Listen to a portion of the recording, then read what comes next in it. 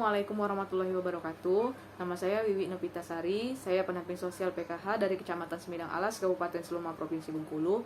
Video ini dibuat untuk memenuhi tugas akhir dari Diklat Pencegahan dan Penanganan Stunting Angkatan 28. Video yang dibuat adalah simulasi atau praktik modul 7 Pencegahan dan Penanganan Stunting melalui kebersihan diri dan lingkungan, sesi 12, mendukung pemanfaatan jamban sehat, dan yang saya praktikkan adalah langkah 2. Mari kita saksikan video praktik atau simulasi modul 7 sesi 12 mendukung pemanfaatan jamban sehat. Berikut ini videonya. Assalamualaikum warahmatullahi wabarakatuh. Terima kasih dan selamat datang saya ucapkan kepada ibu-ibu KPM PKH Desa Gunung Kusir atas kehadirannya hari ini dalam pertemuan kelompok setiap bulannya.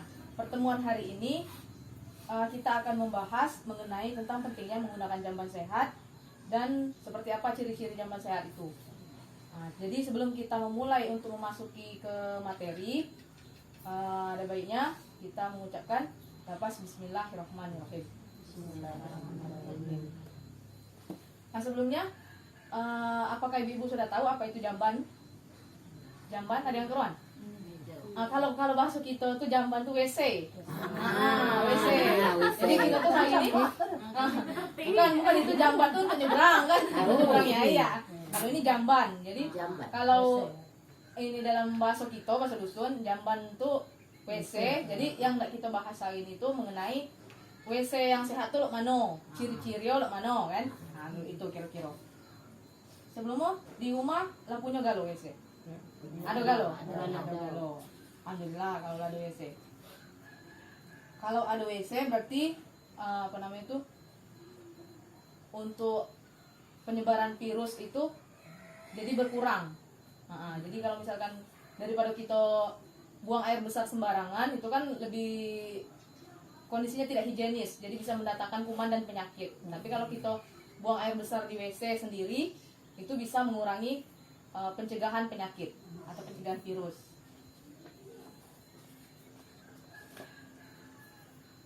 Ini di sini ada gambar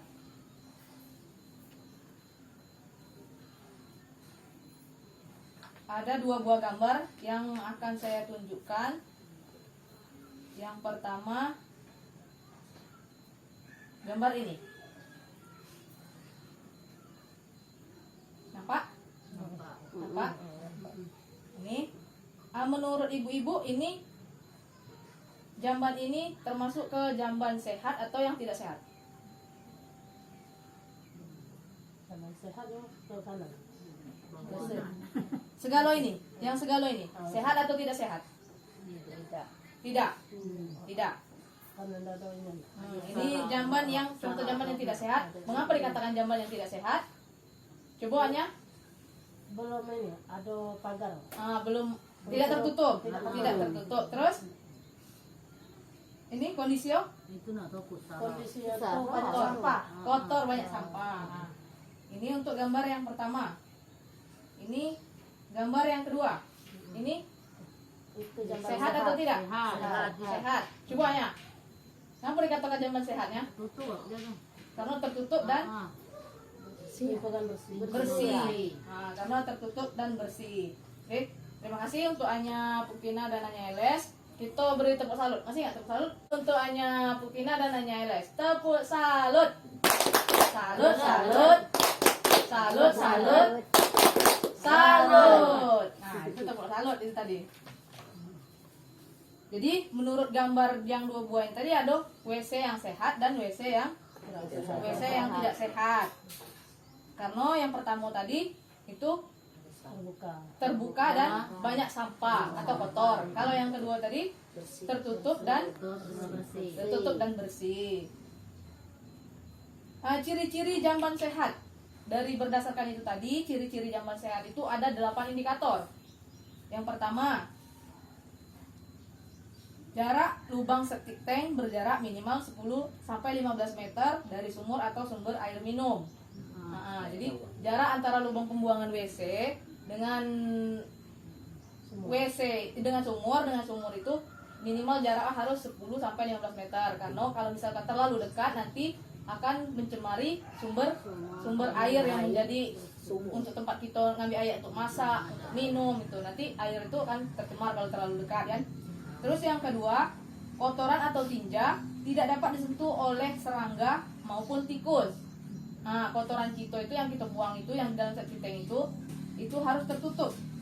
Tidak bisa disentuh oleh serangga ataupun tikus. Karena kalau misalkan nanti disentuh oleh serangga, seperti lalat misalkan, lalat hinggap ke situ kotoran itu, terus kemudian terbang lagi masuk ke rumah kita, hinggap ke dalam makanan kita, jadi kita tercemar makanan kita tadi kan. Nah, makanan kita tadi tersentuh oleh kuman dan penyakit yang dibawa oleh si lalat tadi kan. Jadi bisa menyebabkan penyakit diare, tipus kan, kolera, disentri. Nah, itu berbahaya juga untuk kesehatan kita dan keluarga. Terus yang ketiga, lantai kedap air dan landai atau miring ke arah lubang pembuangan sehingga tidak ada air yang menggenang. Nah, jadi di WC itu harus lubang pembuangannya itu harus miring supaya airnya bisa keluar. Kalau misalkan tidak seperti itu, nanti airnya akan tergenang di dalam WC, kemudian akan menjadi kuman penyakit juga. Apabila tersentuh oleh kita bisa menyebabkan penyakit kulit, bisa gatal-gatal kan. Terus yang keempat, untuk ciri-ciri jamban yang sehat, dilengkapi dengan dinding dan atap pelindung serta cukup penerangan. Nah, jadi di jamban itu harus tertutup dan mempunyai atap pelindung. Nah, yang kelima, tersedia ventilasi udara. Yang keenam, tersedia air bersih, sabun dan alat pembersih untuk kita cuci tangan setelah buang air besar dan buang air kecil. Yang ketujuh, bersihkan lantai jamban secara teratur minimal 1 minggu sekali atau ketika jamban kita kotor. Nah, jadi seminggu sekali minimal itu ya, seminggu sekali harus dibersihkan. Kemudian kalau misalkan lagi kotor harus dibersihkan juga. Kemudian yang terakhir atau yang kedelapan, pastikan saluran pembuangan lancar dan tidak tersumbat. Nah, artinya air itu pacak ngalir keluar, menggenang kan. Jadi kalau misalkan kita punya jamban yang sehat, itu fungsinya bisa mencegah keluarga kita dari stunting. Masih ada yang ingat stunting? Stunting, apa itu stunting? Stunting adalah kondisi tubuh pada anak balita akibat kurang gizi kronis. Iya, betul. Stunting itu merupakan kondisi gagal tumbuh pada balita karena akibat kekurangan gizi kronis dan bisa menyebabkan balita tinggi badannya itu kurang dari teman-teman seusianya. Jadi biasanya lebih pendek dari teman-teman seusianya atau teman-teman yang sepermainan dia gitu. Jadi ibu-ibu, berikut ini ada tabel yuk periksa jamban kita. Ini ibu-ibu berpasangan berdua-berdua. Ini berpasangan berdua-berdua. Terus ini diisi berdasarkan kenyataan real yang ada di rumah ibu-ibu, WC yang ada di rumah. Misal ini saya contohkan satu. Ini kan ada 8 indikator kan syarat jamban sehat. Yang pertama, jarak 10 sampai 15 meter dari sumur atau sumber air.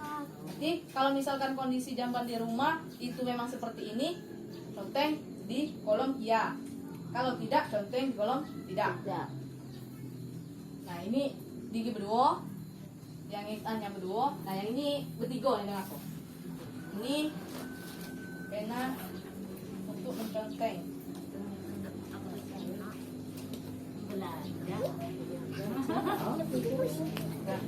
Jaga lo kan baca ya kan?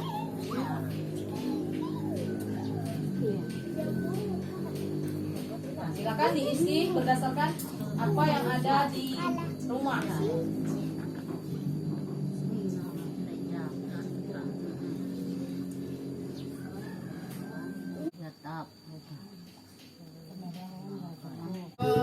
Kelompok yang ini coba dibacakan hasil pemeriksaannya.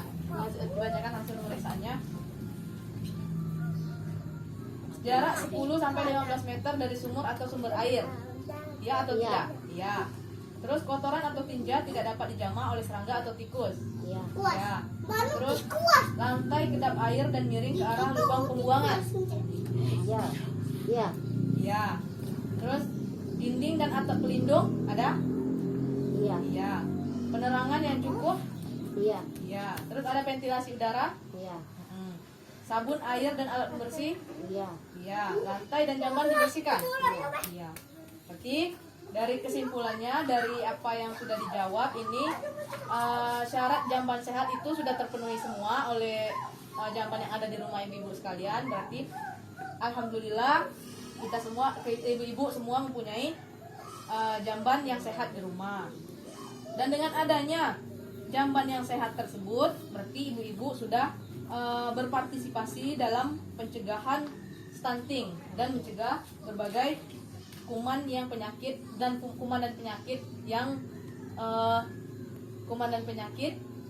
yang bisa mencemari lingkungan. Dari apa yang sudah dijelaskan tadi tentang ciri-ciri jamban sehat dan jamban itu apa, kemudian pencegahan stunting itu seperti apa, mengenai jamban sehat ini, kira-kira ada yang mau ditanyakan? Tidak? Tidak ada. Oke, kalau tidak ada, kita review kembali tentang ciri-ciri jamban sehat tadi. Ciri-ciri jamban sehat tadi. Yang pertama, jarak 10-15 meter, terus sumber air bersih. Terus Kotoran tidak dapat dijamu oleh serangga tikus. Terus Lantai kedap air miring searah lubang pengeluaran. Terus selanjutnya,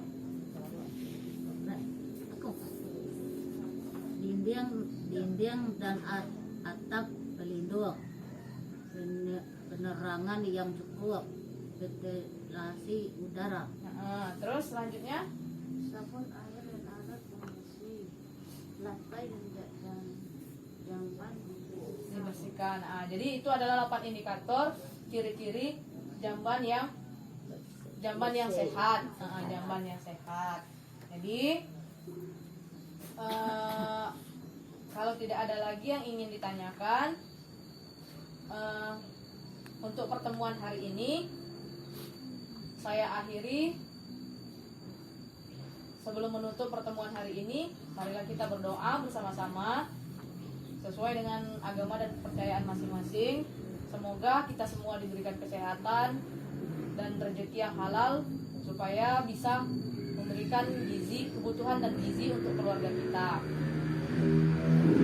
Berdoa dalam hati masing-masing. Berdoa, mulai. Berdoa, selesai.